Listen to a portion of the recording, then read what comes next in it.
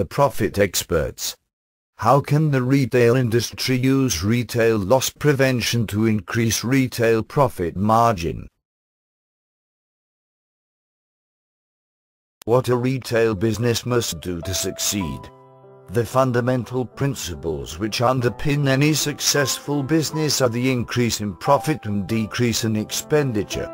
The strict application of the above principles has been responsible for the success of most businesses.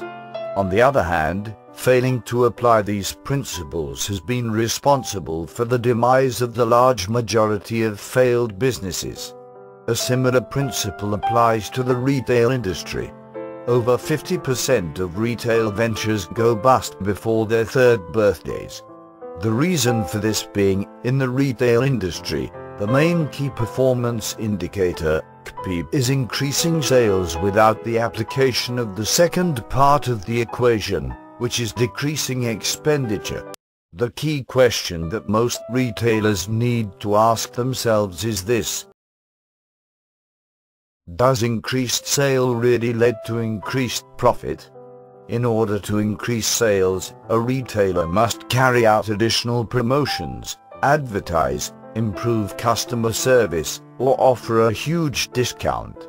Even though these measures are not guaranteed to increase sales, with their implementation there is a chance that sales could be increased.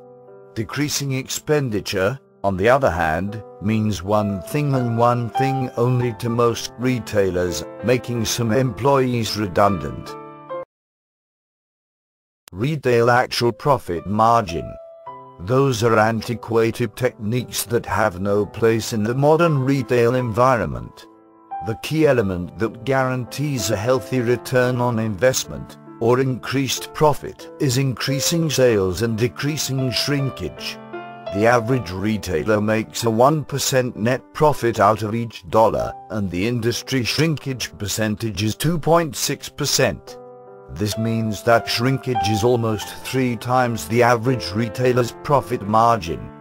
Therefore, if we take the above calculation, we will see that if retailers reduced shrinkage by 50%, from 2.6 cents to 1.3 cents, they could easily more than double their profits, from 1 cent to 2.3 cents.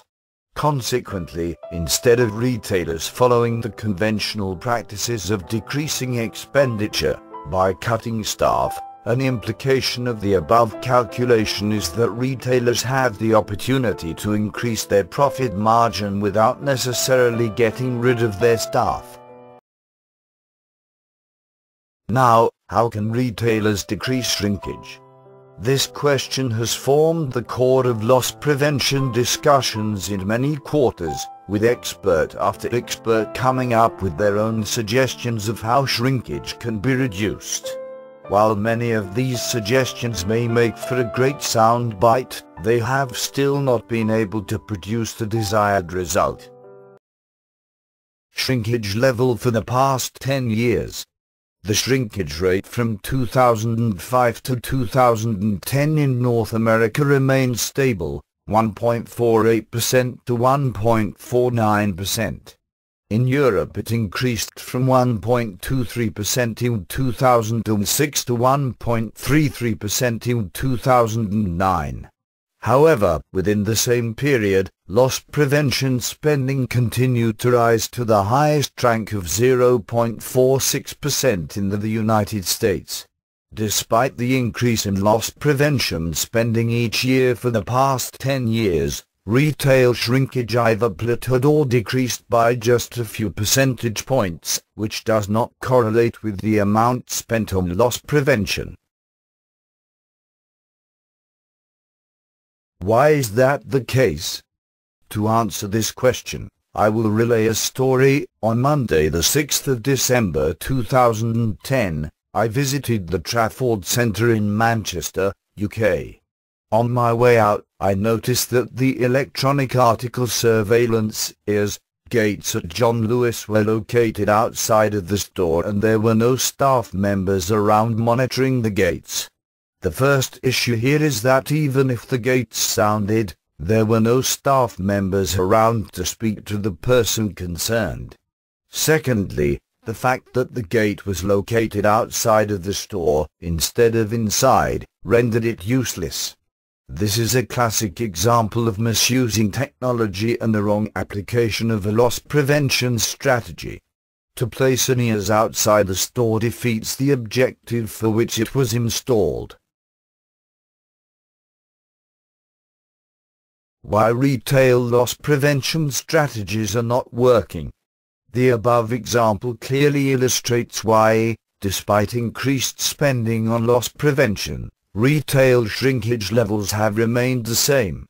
The application of loss prevention over the years has been completely incorrect. In most cases, loss prevention professionals focus on a single variable, believing that the removal of that variable would result in an effective loss prevention strategy. Retail shrinkage results from a multiplicity of occurrences, therefore an attempt to resolve it requires a multifaceted approach.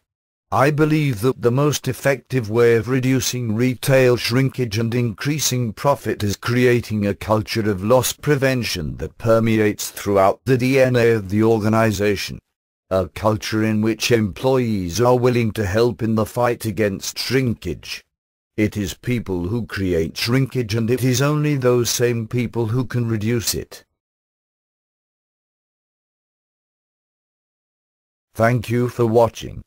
Join us at http://www.theprofitexperts.co.uk.